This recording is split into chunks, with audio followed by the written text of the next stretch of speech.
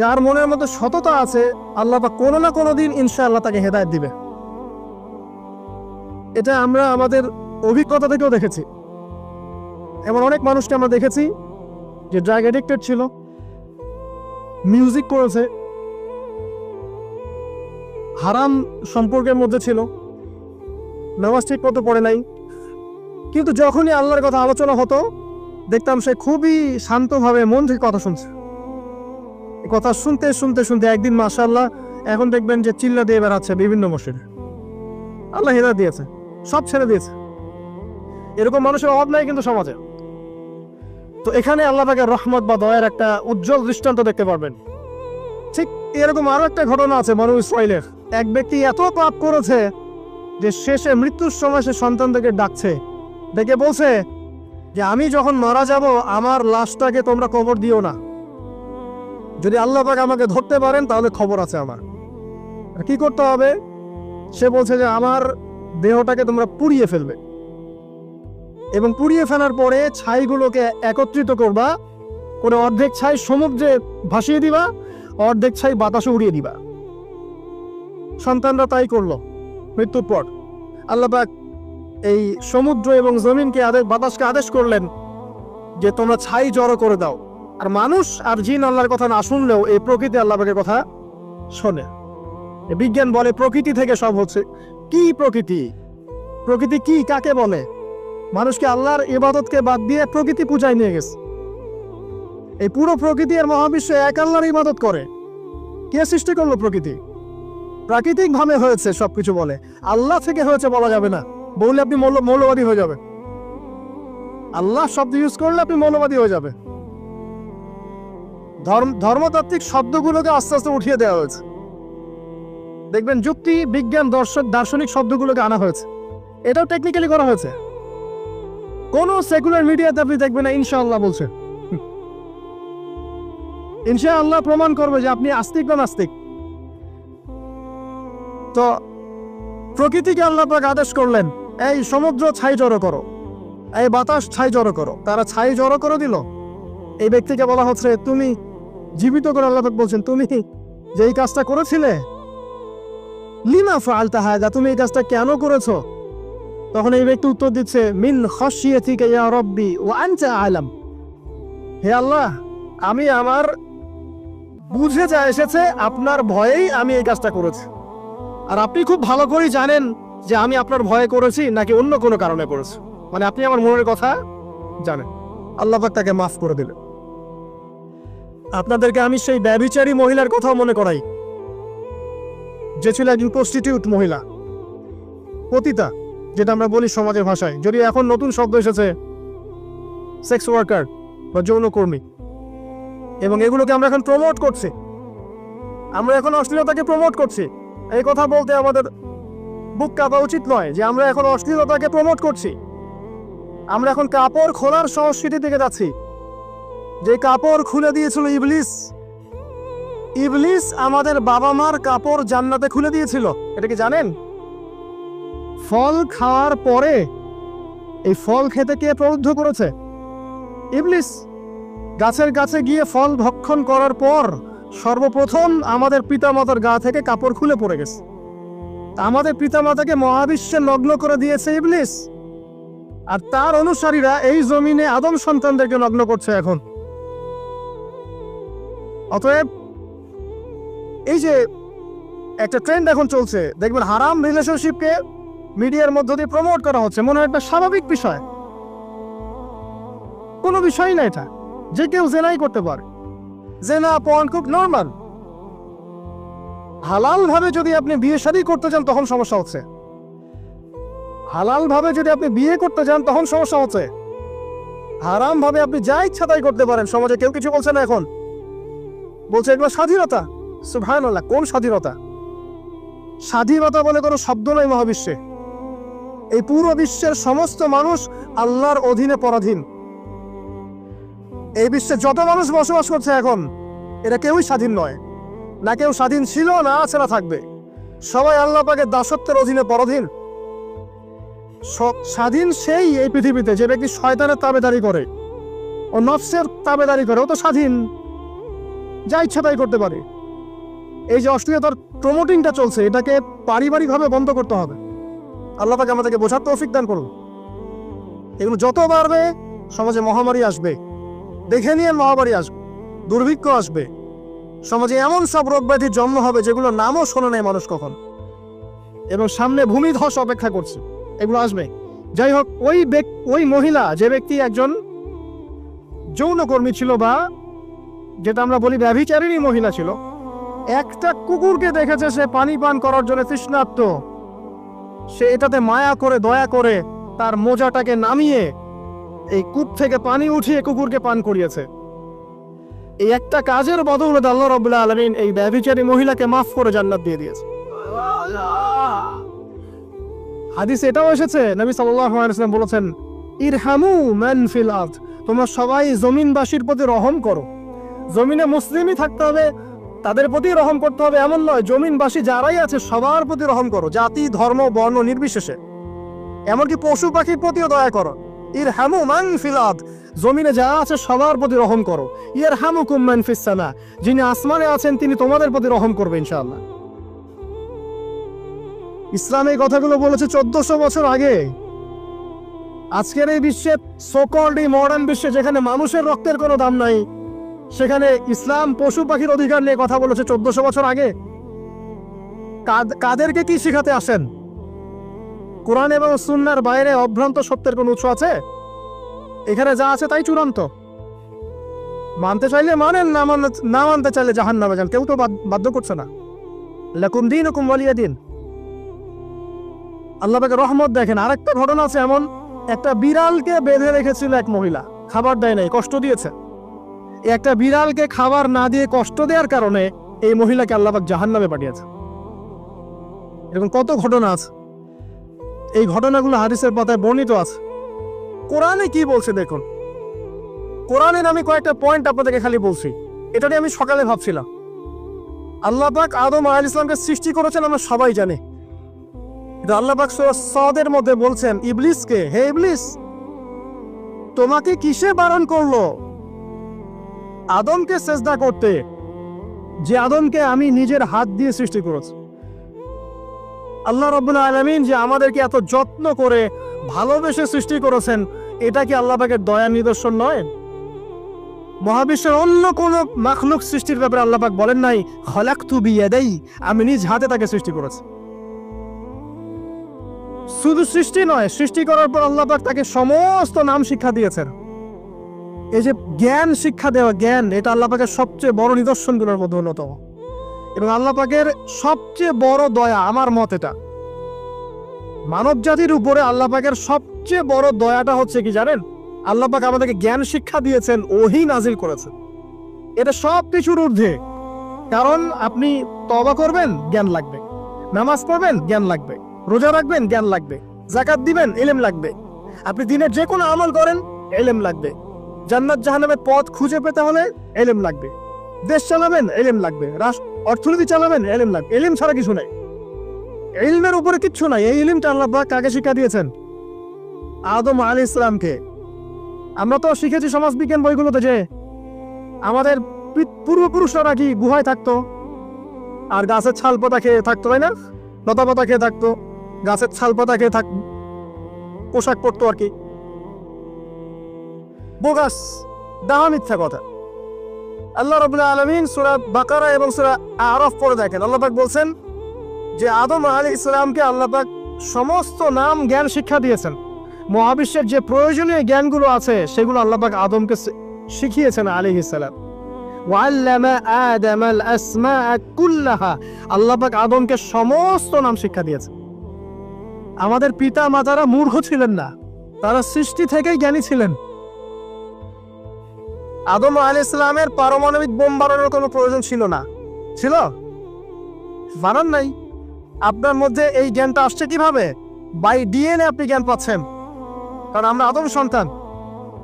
অনেক জ্ঞান আমাদের ভিতরেই আছে, এগুলো চর্চার মধ্য দিয়ে, গবেষণার মধ্য দিয়ে প্রস্ফুটিত হয় মাত্র। জ্ঞান ভিতরে আছে আমাদের, আমাদের পিতাকে জ্ঞানী করে পাঠানো হয়েছে। এই জ্ঞান শিক্ষা দেওয়াটা হচ্ছে আল্লাহ পাকের সবচেয়ে বড় দয়াগুলোর মধ্যে একটা। রহম করেছে। শুধু তাই নয়, আদম আলাইহিস সালামকে এমন জ্ঞান শিক্ষা দিয়েছেন যে জ্ঞান ফেরেশতারা পর্যন্ত জানতো না।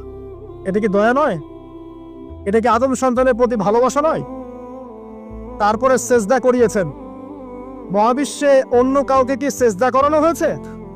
কোরআনে কি এমন কোনো দলিল আছে যে আদম আলাইহিস সালাম ছাড়া অন্য কাউকে সব ফেরেশতারা সেজদা করেছেন? আছে? তাহলে এই যে সম্মান দেয় আল্লাহর পক্ষ থেকে, সম্মান কিসের ভিত্তিতে সম্মান? শারীরিক ক্ষমতার ভিত্তিতে? সম্মানটা কি কারণে? জ্ঞানের কারণে, ইলমের কারণে, জ্ঞানের কারণে সম্মান। এই সম্মান দেওয়াটা কি আল্লাহ পাকের রহমত এবং দয়ার নিদর্শন নয়? অতএব সম্মান পেতে হলে, আল্লাহর রহমত পেতে হলে সেই জ্ঞানের চর্চায় আবার ফিরে আসতে হবে। আপনি যদি আজও সেই ওহির জ্ঞানের চর্চা করেন, আল্লাহ পাক এই পৃথিবীবাসীর বুকের মধ্যে আপনার জন্য সম্মান পয়দা করে দিবেন ইনশাআল্লাহ। দেখেন, ওই সেই জ্ঞানী যদি আপনি এখনো চর্চা করেন, আজও আপনি সম্মানিত হবেন ইনশাআল্লাহ। ব্যক্তি চর্চা করলে ব্যক্তি সম্মানিত হবে, একটা পরিবার চর্চা করলে ওই পরিবার সম্মানিত হবে, একটা সমাজ যদি চর্চা করে সেই ওহির জ্ঞান, ওই সমাজ সম্মানিত হবে।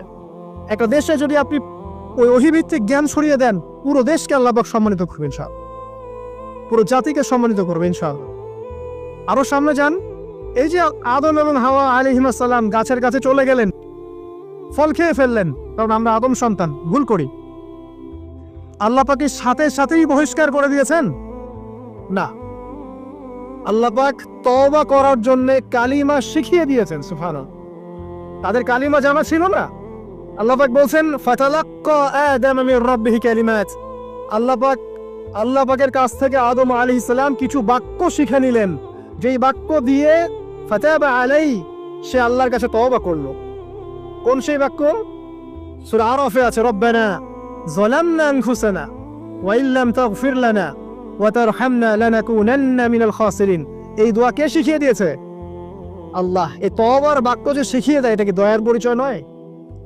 আমরা আল্লাহর কাছে ফিরে যাব, তওবা করব, ইস্তেগফার করব, এই জ্ঞানটা শিখিয়ে দেয়া কি আল্লাহ পাকের দয়ার পরিচয় নয়? তাহলে আমরা কিভাবে ক্ষমা চাইতাম? কিভাবে ক্ষমা চাইলে আল্লাহ পাক সমস্ত গুনাহ মাফ করবেন, এই পদ্ধতিগুলো বলে দেয়া কি আল্লাহ পাকের দয়ার পরিচয় নয়? তারপর সামনে যান, পৃথিবীতে নামিয়ে দিয়ে আল্লাহ পাক ক্ষান্ত হয়ে যাননি। আল্লাহ রাব্বুল আলামিন আসমান থেকে হেদায়েতের গ্রন্থ পাঠিয়েছেন, বলেছেন এই গ্রন্থের মধ্যে যা আছে মেনে চললে তোমরা আবার জান্নাতে ফিরে আসবে ইনশাআল্লাহ। আল্লাহ পাক আদম এবং হাওয়া আলাইহিস সালাম এবং আদম সন্তান সবাইকেই সৃষ্টি করেছেন, উদ্দেশ্য হচ্ছে আল্লাহ পাক আমাদেরকে জান্নাত দিতে চান। আল্লাহ পাক চান যে আমরা যেন জান্নাতে যাই। যদি আমরা জান্নাতে যেতে না পারি পরকালে, একটা কারণে যেতে পারবো না, অনলি একটা কারণ, সেটা হলো আমাদের নিজের দোষে। একটা কারণ, যারা জাহান্নামে যাবে মানুষ এবং জিনদের মধ্যে, নিঃসন্দেহে মহাবিশ্বে তারা ছাড়া জাহান্নামে যাওয়ার উপযুক্ত কেউ ছিল না। ও জাহান্নামে যাওয়ার উপযুক্ত ছিল বলেই আল্লাহ পাক তাকে জাহান্নামে পাঠাবেন। আর যারাই জান্নাতে যাবে প্রত্যেকেই শুধু আমলের বদৌলতে যাবে না, বরং আল্লাহ পাকের রহমতেই যাবে।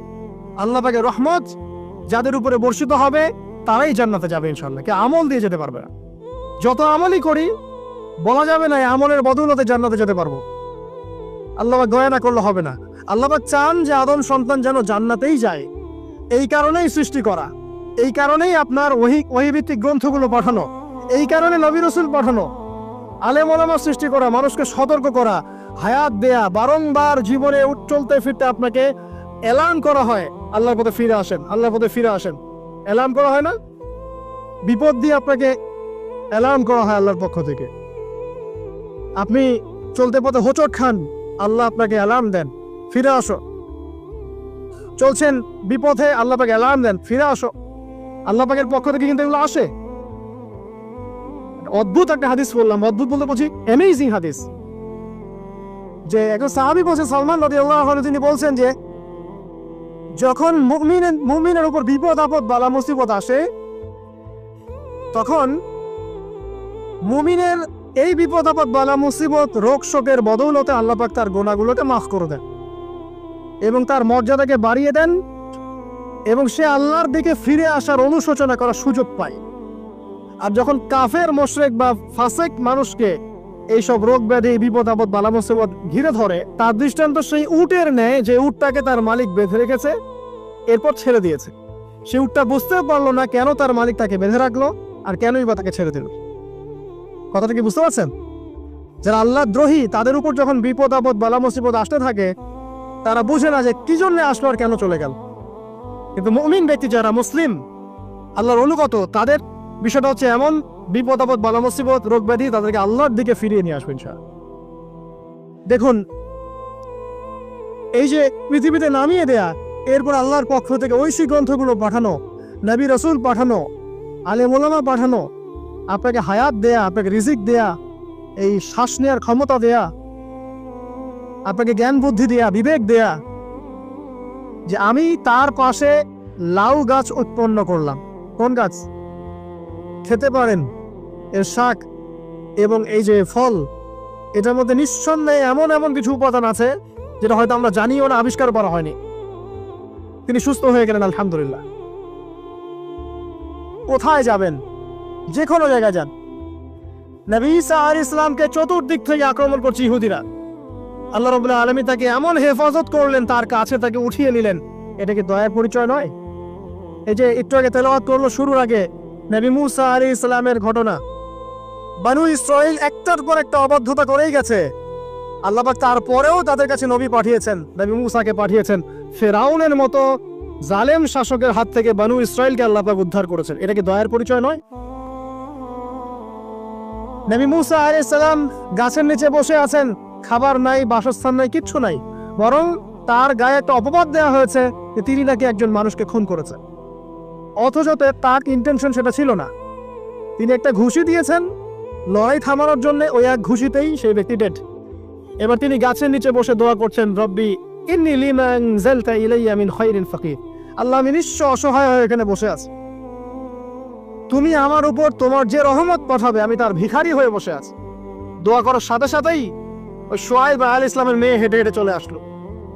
তিনি স্ত্রী পেলেন, তিনি শ্বশুর পেলেন, একজন নবী পরিবার পেলেন, বাসস্থান পেলেন, চাকরি পর্যন্ত পেলেন।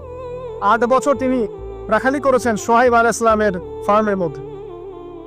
দয়া মুহূর্তেই চলে আসবে, শুধু আল্লাহর দিকে অভিমুখী হলেই হয়। এবার দয়া। আইয়ুব আলাইহিস সালামের কথা মনে আছে না? দীর্ঘদিন রোগে ভুগছেন, চিকিৎসা হচ্ছে না, ভালো হচ্ছে না, শেফা হচ্ছে না।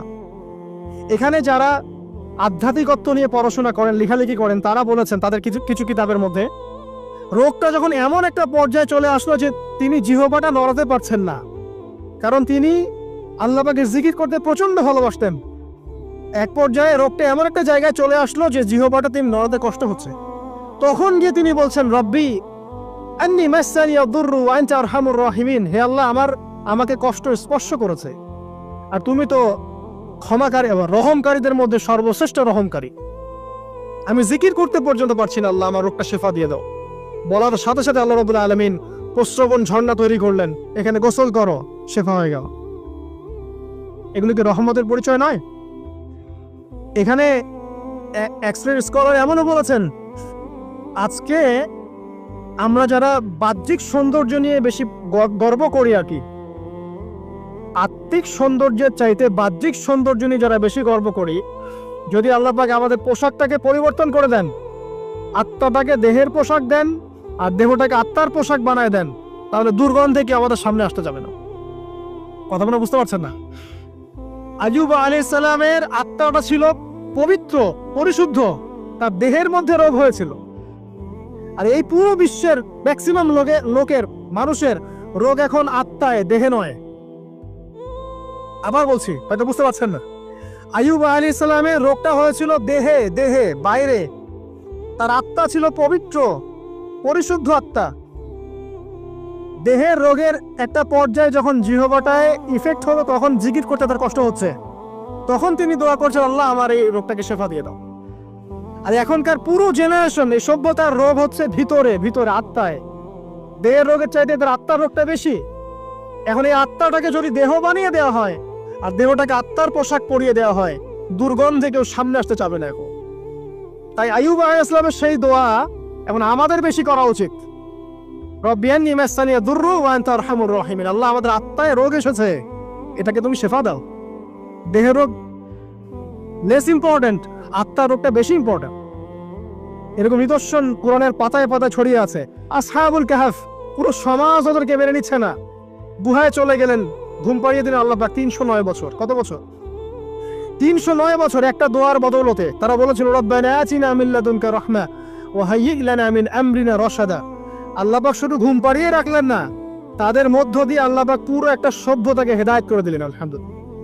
যে সভ্যতা বিশ্বাস করতো না যে পরকাল বলে কিছু আছে, দাকিয়ানুস বাদশার সেই জুলুম থেকে আল্লাহ পাক এই 10 জন বা 9 জন যুবককে বাঁচালেন, ওদেরকে কিয়ামত পর্যন্ত কোরআনের পাতায় স্থান দিলেন, নিদর্শন বানালেন এবং তাদের মধ্য দিয়ে একটা পুরো সভ্যতাকে হেদায়েত দিলেন। সুবহান।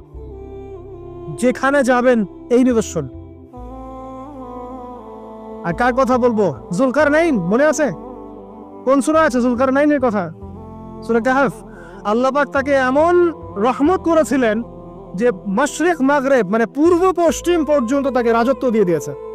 আজকে তো আমরা এই সামান্য একটু ক্ষমতা পেলেই আমাদের কেউ চেনে না, গায়ে হাতই দেওয়া যায় না, ঠিক আছে? মানে তখন সে নিজেকে মনে করে যে সে এই পৃথিবীর সবকিছু, বাকি মানুষ আর মানুষ না। ক্ষণস্থায়ী সামান্য একটু ক্ষমতা দিয়ে দেখবেন আমাদের অবস্থা খারাপ। প্রত্যেকের ধর্মতাত্ত্বিক ক্ষেত্রেও যদি কাউকে আপনি একটু ক্ষমতা ধর আলেম মনে করেন, দেখবেন অহংকারে বাঁচতেছে না। কারো একটু পপুলারিটি হয়ে গেছে, দেখবেন অহংকারে বাঁচতেছে না। আইওয়াস শোডাউনের জামানত ওইটা, যে যত পারে মানুষকে দেখাতে পারলে বাঁচে। কাজ হবে 5%, 95% হচ্ছে আইওয়াস। যে কোনো জায়গায়, ধর্মতাত্ত্বিক জায়গা বলেন, social, economical, political, world affairs, কাউকে যদি আল্লাহ পাক যাররা পরিমাণ একটু ক্ষমতা দিয়ে দিয়েছেন, বাস তাকে আর চেনা যায় না। জুলকারনাইনকে আল্লাহ পাক আলাইহিস সালাম মাশরিক মাগরিবের ক্ষমতা দিয়েছে। এত দাপট ছিল তার, যেদিকে সেনাবাহিনী নিয়ে যেতেন সেদিকে বিজয় করতে পারতেন। পড়ে দেখেন। আর এই ব্যক্তি কিন্তু আলেকজান্ডার দ্য গ্রেট নয়। পশ্চিমারা এখানে আবার একটা ষড়যন্ত্র করেছে। তারা বলে এই ব্যক্তি ছিল আলেকজান্ডার দ্য গ্রেট। এটা ভুয়া কথা। তিনি একজন আল্লাহ পাকের বড় ওলি ছিলেন অথবা নবী ছিলেন। কি ছিলেন আল্লাহ পাক এটা কোরআনে বলেননি, স্পষ্ট করেন নাই। তা আমরা ধরে নিচ্ছি আল্লাহ পাকের তিনি একজন শুকরগুজার বান্দা ছিলেন। তাকে একটা কওম বলছে যারা পাহাড়ের মাঝখানে থাকতো, ইয়া জুলকারনাইন, হে জুলকারনাইন, ইন্না ইয়াজুজ ওয়া মাজুজ মুফসিদুনা ফিল আরদ। ইয়াজুজ আর মাজুজের সভ্যতা জমিনে ফাসাদ সৃষ্টি করছে। ফাহাল নাজআলু লাকা খারাজান আলা আন তাজআলা বাইনানা ওয়া বাইনাহুম সাদ্দা। আমরা কি তোমাকে একটু ট্যাক্স দিব, খাজনা দিব, যে খাজনার বদৌলতে তুমি একটা প্রাচীর নির্মাণ করে দিবে, যে প্রাচীর নির্মাণ করলে ওরা আর আমাদের কাছে আসতে পারবে না। তখন এই প্রতাপশালী বাদশার স্টেটমেন্ট হচ্ছে এই, ক্বালা মা মাক্কান্নি ফীহি রাব্বি খায়র। আল্লাহ আমাকে যা দিয়েছেন তার পক্ষ থেকে এটা যথেষ্ট, তোমাদের এসব ট্যাক্সের দরকার নেই আমার। যে আল্লাহ পাকের রহমত দেখেন।